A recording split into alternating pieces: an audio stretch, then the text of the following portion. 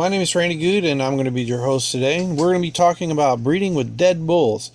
Of course, we're talking about using artificial insemination.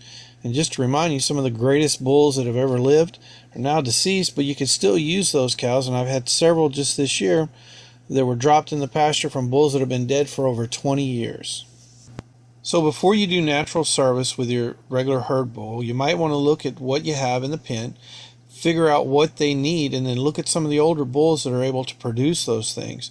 The great news about the older bulls, the ones that have been deceased or the ones that are really old, is that they have so much information on these bulls about what they're capable of producing and how well they match with different pedigrees. So you're able to look at this information and really make a good decision about which bull will really help you. And if you'll look in the case of a Bonneview New Design 878, bull's been around for 15, 16 years, just had a birthday actually in February again, and he's still producing. And you can look at his numbers and you'll see that the accuracy on these numbers, based on when you have a calf, what's going to happen, are 99, 98% on the main ones: birth weight, weaning weight, yearling weight. Those are the things that you really look at when you're ready to breed a cow. Before you go putting the cow in the chute and getting ready to breed her, you need to do a little research on these older bulls. Now, back in their day, they may have been the best thing that you could have possibly used, but some of these breeds have really come on, and the newer bulls are much, much better than what you could have gotten back then. Sometimes the old throwbacks are great, though, in doing some good things for your cows, bringing back bone or top lines or things that, if you like that style better.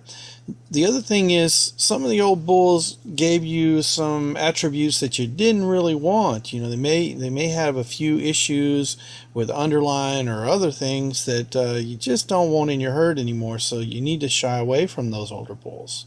Another thing to consider whenever you're using the older bulls is that the older bull's semen has been around for a long time. It was collected a long time ago. Some of the processes weren't all that great back then, but most of the time you're okay. One of the things that I always do is I will test the semen by putting one drop when I first put the straw into the gun.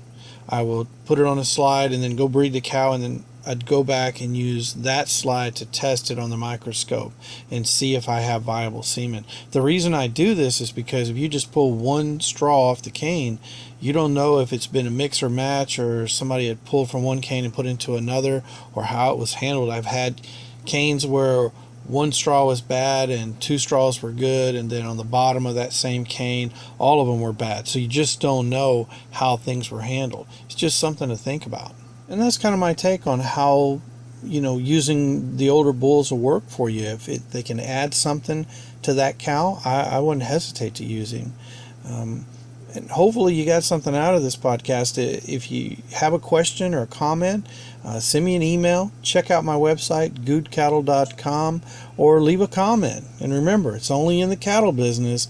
Just because a bull is dead doesn't mean he's expired.